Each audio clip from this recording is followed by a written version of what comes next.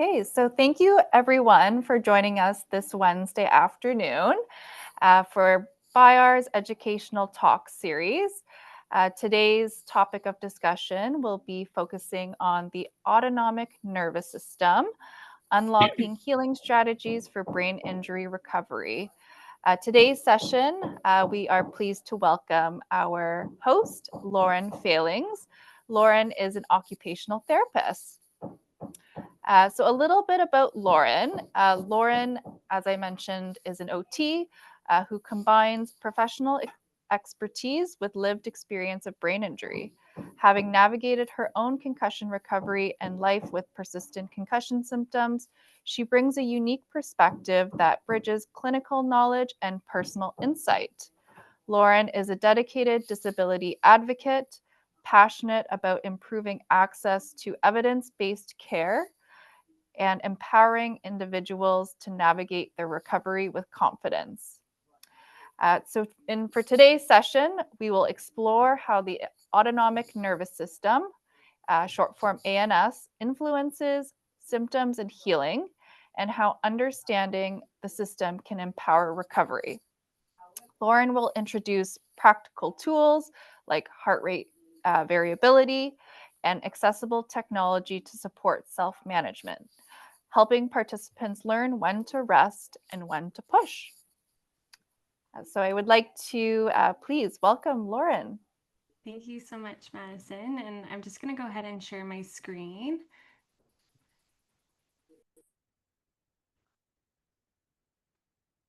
Can you all see that okay? Yeah, fantastic. So today I'm Lauren. Hi, everyone. We'll be talking and doing a bit of a deep dive into the autonomic nervous system. And as this is a virtual presentation, I just want to take a moment to acknowledge the land that I'm joining from. So this area sits on the traditional territories of the Erie, Neutral, Huron-Wendat, Haudenosaunee, and Mississaugas of the Credit First Nation people. And it's also covered by the Dish with One Spoon Wampum Belt Covenant. And it's also known as Dundas, Ontario. So I'm Lauren. Hi, I'm an OT and I work at Precision OT Network, where we really focus on innovative and client centered approaches to recovery. And as Madison mentioned, I also bring a unique perspective to this work. So I do have a lived experience with concussion and with persistent concussion symptoms, which really gives me a fairly deep understanding of some of the day-to-day challenges of recovery. And that personal experience combined with my clinical work really fuels my passion. Madison mentioned I'm a disability advocate, and I really want to create tools and strategies that help to ultimately empower people to be the drivers in their own recovery process. And I'm excited to share this topic with you because understanding and supporting the nervous system has been a really meaningful part of my own recovery and one that I now use to support others. And these two photos on the slide are me in active recovery and kind of leaning into the two ends of the spectrum that we'll be talking about today. So, on the one side, you can see I'm in a clinic, I'm in active rehabilitation, I'm pushing myself, I'm really challenging myself. And on the other side, I'm really leaning into recovery. This was a day that I felt tremendously terrible. So I'm grounding, I have my dog supporting me, I am meditating with a device, I'm just doing all the things to try to support my recovery. And this picture and these two ends of the spectrum might make a little bit more sense as we go throughout our presentation today. And before we get started, I do just want to mention that today is really meant to share some general information and tools that might support you with your recovery. I am here as an occupational therapist, but really to educate and not to provide specific clinical recommendations, assessment, or treatment. With that being said, I'm more than happy to answer general questions that you might have and maybe point you in the right direction. And if these questions do come up, I'm going to provide some pauses throughout the presentation. But if you want to help remember them, maybe just pop them into the chat and we can kind of revisit the chat just as a bit of a memory saver for you. So, why are we spending time today learning about the autonomic nervous system? After a brain injury, whether it's mild, moderate, or severe, this system, which usually runs in the background, can get out of balance. And you might feel stuck, like your body is in high gear. So maybe over anxious, over alert, or maybe you're on the other end of the spectrum where you're kind of foggy, drained, or shut down. And I'm curious if anyone relates to that. Feel free to type a yes in the chat. Yeah, so these changes can affect how we recover, how we feel day to day, and how we handle stress. So, understanding this system can really empower us in our healing. And just a quick overview of how this session will be laid out. So, first, we'll explore the autonomic nervous system, what it is, what it does, and why it's essential, and how it responds to stress and how we recover from it. Then we'll look at how the system is often impacted after a brain injury and how that can change the way we experience everyday environments and activities. And finally, we'll dive into a practical tool, heart rate variability or HRV, that can help us tune into what's happening in our nervous system and help us to make more informed choices around activity, rest, and recovery. And the goal is that you leave today with a better understanding of your own body and some concrete strategies to support your healing and day to day life. So let's get into it, the autonomic nervous system. So, the autonomic nervous system, or the ANS, it's a network of nerves spread throughout your body that controls things that you don't have to think about. So, things like your breathing, your heart beating, your digestion. These processes happen automatically even when you're asleep. And the autonomic nervous system has three main parts, each with its own role. So, first, we have the sympathetic nervous system. This is often referred to as sort of like a fight and flight system. It's on the right hand side of your screen. And this system kicks on when you're stressed, challenged, or in danger, and it prepares your body to respond quickly. Second, we have the parasympathetic nervous system, which does the opposite. So that's on the left hand side of the screen there. And this is often known as that rest and digest system. It helps your body to relax, recover, and process food. Thirdly, we have the enteric nervous system. This isn't shown on the slide. And you can think of this as the second brain in your gut, which helps to manage digestion. And the autonomic nervous system is also controlled by central areas in your brain that kind of coordinate all of the activity that's happening. And most of the time, these systems work together like a really well coordinated team. They balance each other out to keep your body functioning smoothly. They kind of kick on and off throughout the day as you respond to different stressors and different challenges. And for today's presentation, we'll mainly be focusing on that sympathetic, so the fight and flight system, and the parasympathetic, the rest and digest parts of the system. So, what happens during sympathetic activation? In your body, when there is a perceived stress or a threat, like a lion, or even when you are physically active, your sympathetic nervous system kicks in and it prepares your body to respond quickly to get ready for fight and flight. And specifically, what happens is your eyes dilate, so your pupils get bigger. It allows more light to come in and it improves your vision. Your heart rate starts to increase, so it's pumping oxygen rich blood to your muscles and to your brain. The airways of your lungs actually relax to allow more oxygen to come in and to help you breathe. Your digestive system slows down because your body needs energy elsewhere. Your liver releases stored energy, which helps to provide some quick fuel for your muscles and for your brain. And all of these changes together, they help you to react to that stressful or challenging situation. Ultimately, if the system stays active for too long, it can be really taxing to your body and deplete your overall energy resources, which can ultimately lead to fatigue. So, on the other side of the spectrum, what happens during parasympathetic, the rest and digest?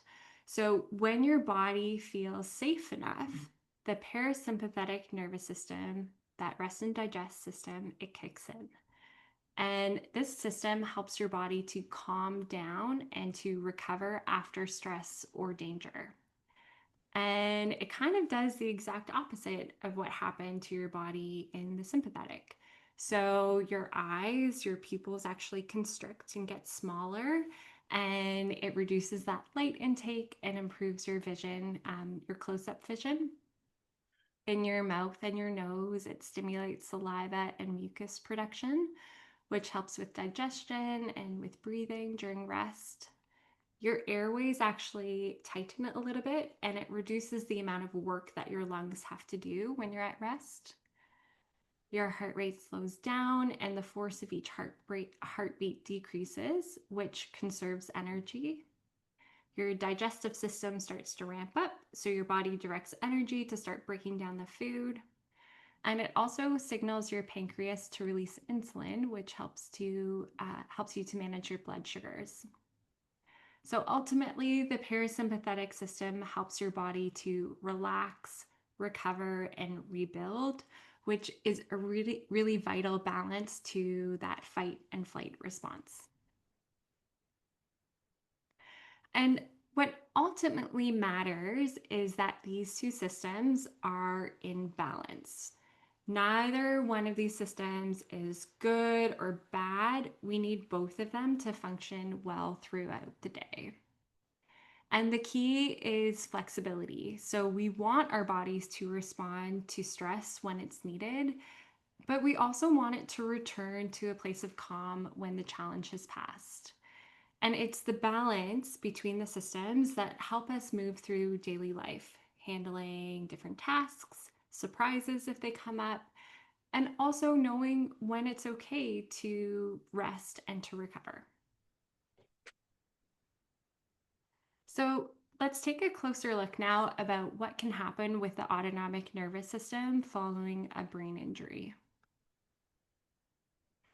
So, the autonomic nervous system can be affected across the full spectrum of the brain injury, that like mild, moderate, severe. So, there may be focal damage to the brain that helps to coordinate the different systems. Or in an injury like a concussion, there can be a disruption in how the brain communicates with the autonomic nervous system.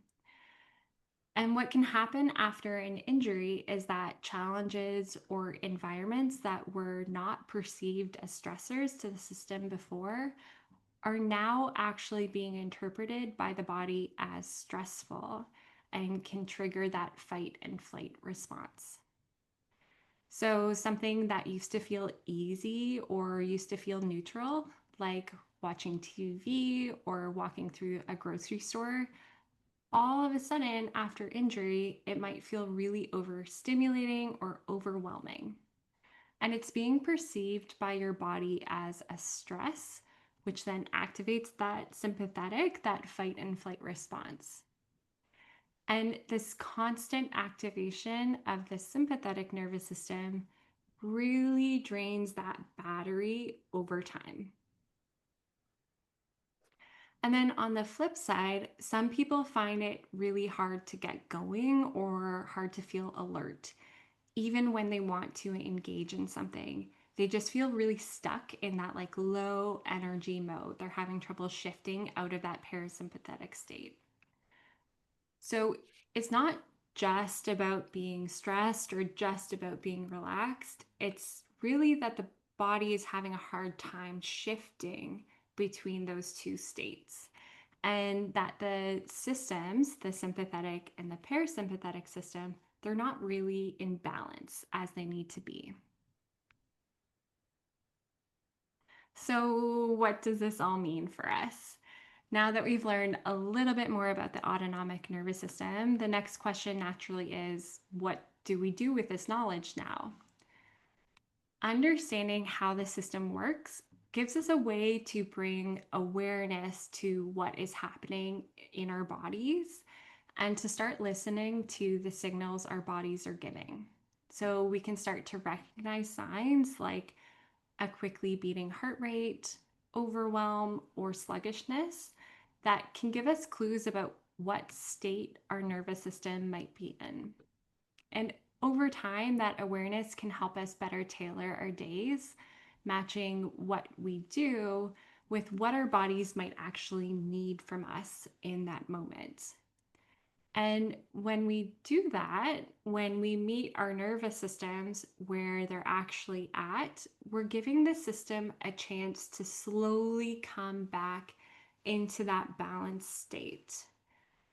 And I can't stress this enough. This is tremendously challenging to do following a brain injury.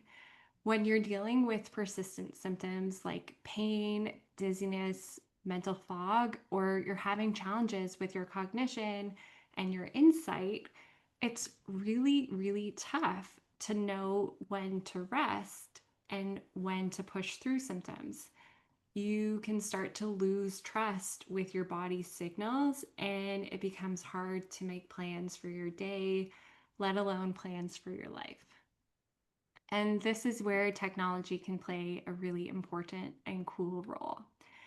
Using simple tools to get objective feedback, like heart rate variability, which we'll talk about, these can give us a clearer picture about what's happening in our nervous system and ultimately help us guide our decisions.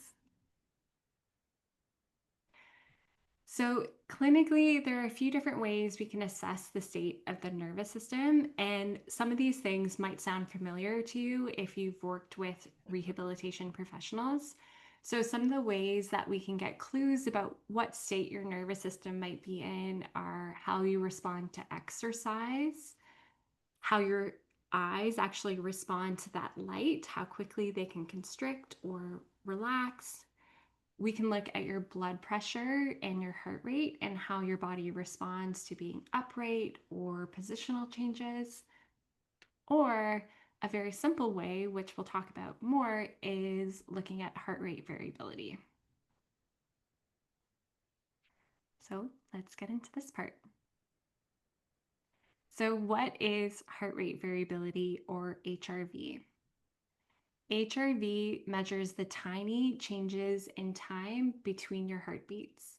So even if your heart is beating at a steady pace, let's say 60 beats per minute, it doesn't mean that every beat is happening exactly 1 second apart. There are just these natural small shifts in timing, and that variability is actually healthy. And these changes and the variability of your heart beating is regulated by your autonomic nervous system. So, when your sympathetic system is more active, your fight and flight system, your heart rate speeds up and the variation in your beats becomes smaller. So, sympathetic is equivalent with a lower HRV. And when your parasympathetic system is more active, your rest and digest system, your heart slows down and that variability increases. So, parasympathetic is equivalent with a higher HRV. HRV gives us a window into how balanced or activated our nervous system is in any given moment. And there are a ton of different clinical ways to use heart rate variability. So today we'll be focusing on using it to look at big overall trends for where your body is at and what state your nervous system is in on any given day. And how does this relate to brain injury? If we think back to the example of a neutral activity pre-injury, like watching TV, what we might find when we look at our HRV in the moment is that it might be registering as low, meaning that the sympathetic, that fight and flight system, is being activated during that activity. If you're wearing a device that captures your HRV over the course of the day, it might show that your system is tipping into more of that sympathetic nervous system side and provide an overall lower HRV score for the day. So there are many tools that can help us track HRV from home, and any technology that has the ability to measure your heart rate actually has the capacity to capture your HRV, which makes it a really accessible tool for people to use every day outside of a clinical setting. And it's very possible that you might be using a device like this already. So what I have on the screen here, it's not an exhaustive list. I feel like every single day I'm seeing new different devices and stuff coming out, but these are some of the more popular ones that I'm aware of. So we can have things like the Aura Ring, a Garmin or a Whoop band, an Apple Watch. The Apple Watch doesn't specifically report HRV, but if you purchase an app, a third-party app, it can. Um, or a chest strap heart rate monitor when it's paired with an additional app such as Elite HRV. And each of these tools collects the data and presents it in different ways. So some of them are more passive, like the wearable ring or a watch, where it just sort of like passively collects data throughout the day. Or some, like the chest strap heart rate monitor, you kind of have to put it on and actively take a reading for yourself.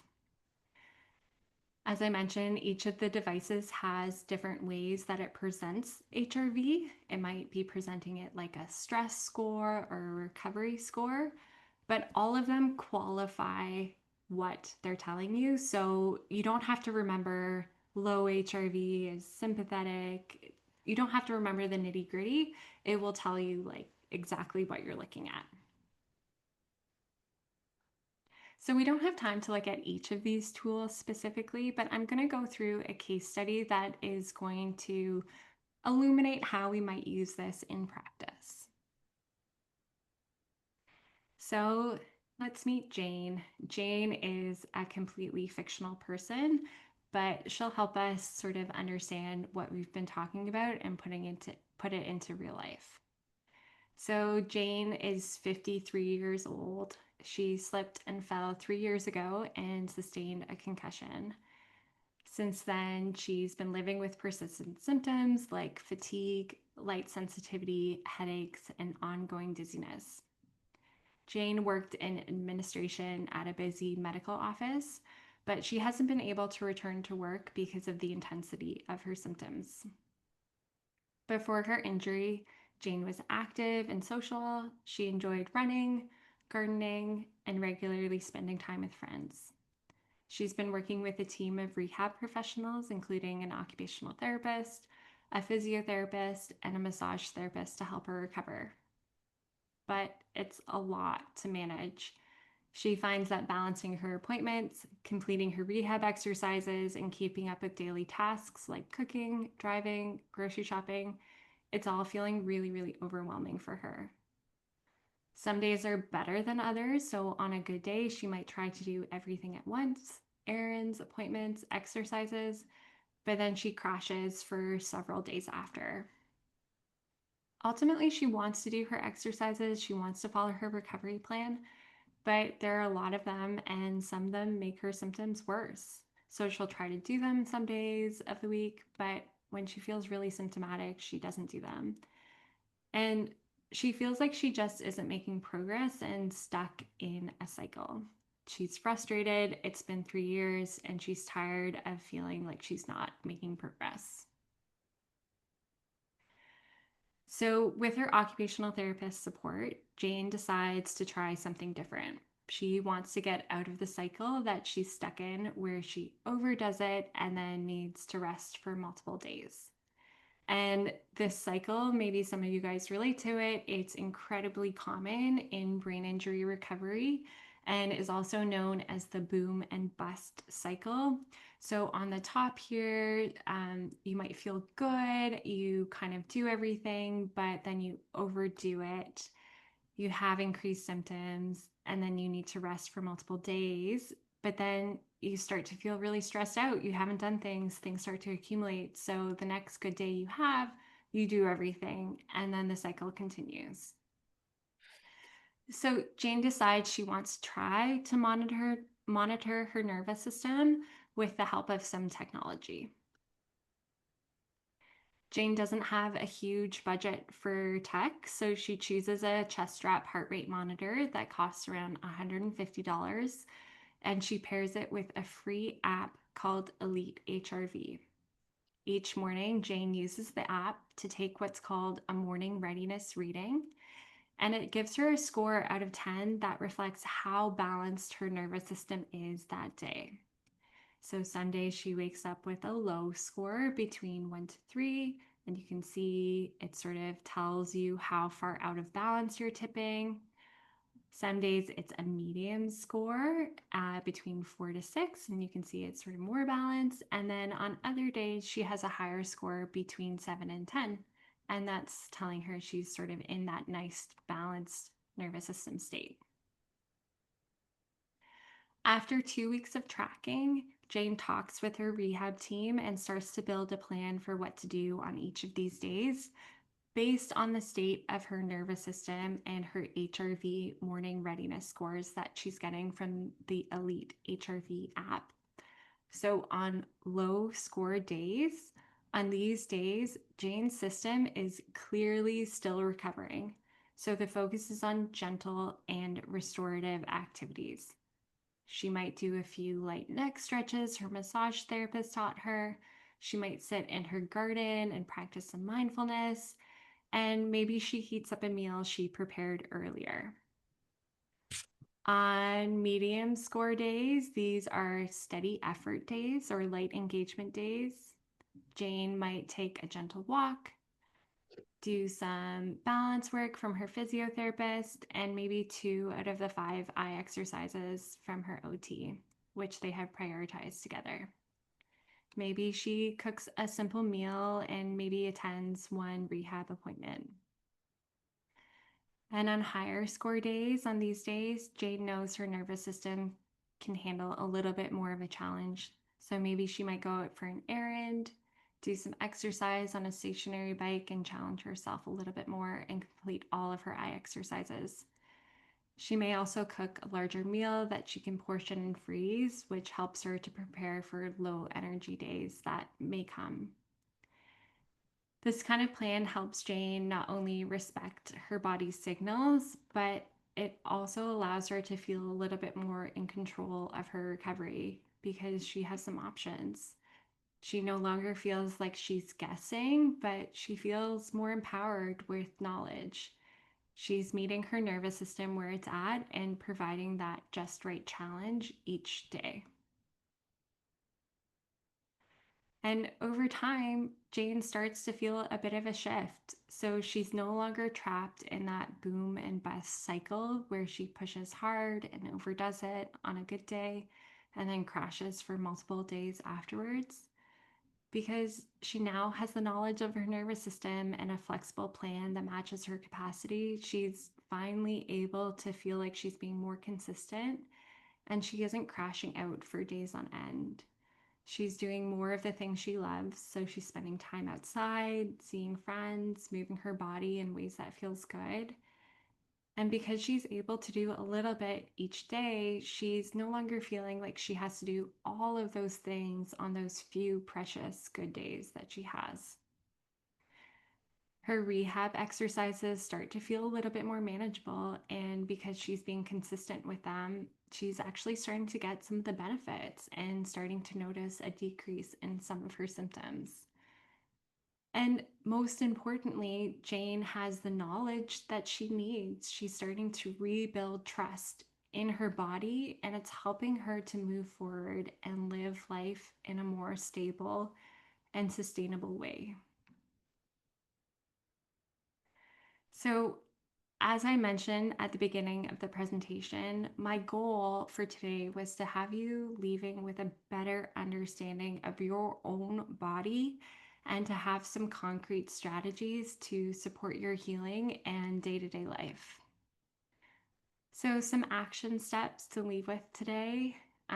The first one is to get curious about your nervous system. So, start noticing the patterns in your body and start to clue into the signs that your body might be tipping more into that fight and flight stage or more into that rest and digest stage. The first step for all of this is to always bring that awareness and start to build that awareness. The second action step is to maybe consider using some technology to help you build that awareness. And as we talked about, heart rate variability can really provide that window into what is going on with your nervous system and provide a bit of clarity that you might need to help guide your day-to-day decisions. It can be a really helpful tool to rebuild that insight, especially when you have been on this journey for a while. The third step is to work with your care team and try to create a bit more of a flexible plan for yourself. So, develop a list that you can reference for what to do on days that you need to focus on recovery and what to do on those steady days, and what to do on days where you can handle a little more challenge. So, talk with your team about adapting your rehab activities or your daily activities based on your energy and where your nervous system is. And it's okay to need different things on different days.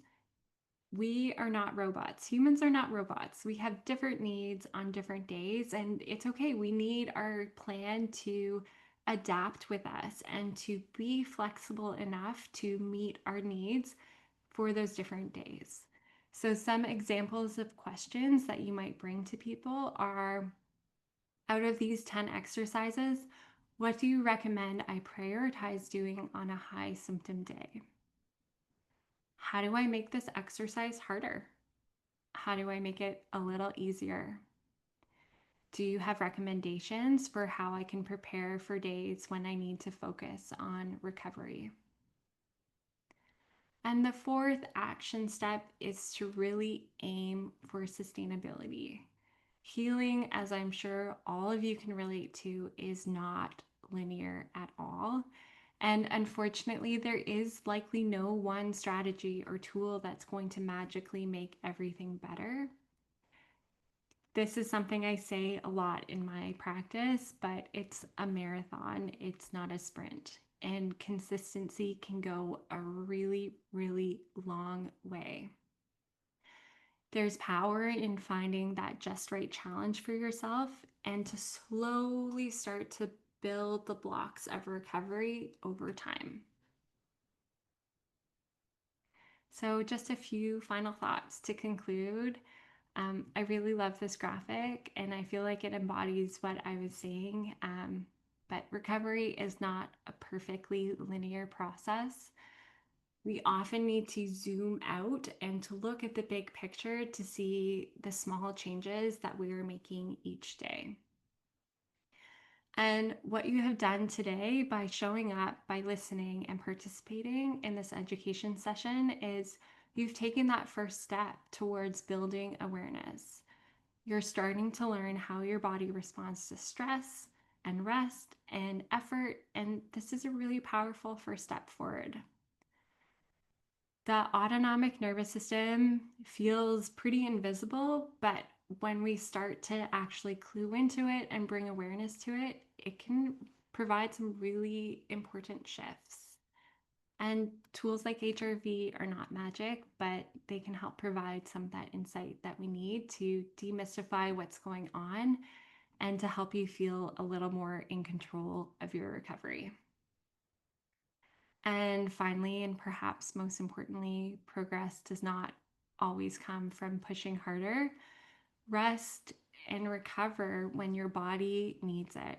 Really support your body on those days when it needs it.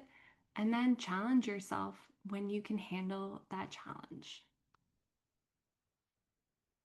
And I will stop sharing my screen now and open it for some questions. I see that we have a few questions in the chat already. But feel free to raise your hand if you want to raise your hand.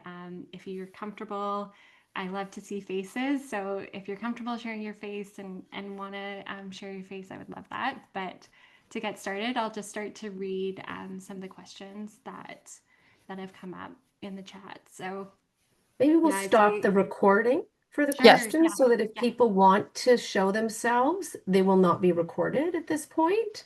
Perfect. Yeah, Let's do that. thank you.